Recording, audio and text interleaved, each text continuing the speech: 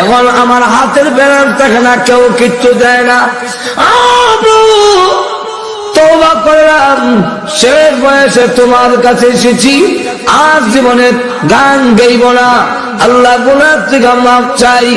আল্লাহ রাব্বুল আলামিন খলিফাতুল মুসলিমিন আমিরুল মুমিনিন হযরত ওমর রাদিয়াল্লাহু আনহুকে স্বপ্নে দেখায়, যাও অমুক জায়গায় গিয়ে দেখো গর্তের ভিতরে আল্লাহর এক ওলি পড়ে আছে, তাকে খাবারের ব্যবস্থা করে দাও।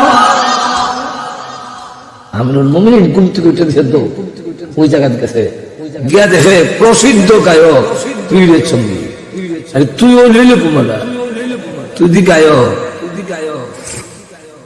তোরে ঘৃণা করি, কিন্তু আজকে তো বড় কাম বানালি। কেমনে করলি, কেমনে কাম বানালি?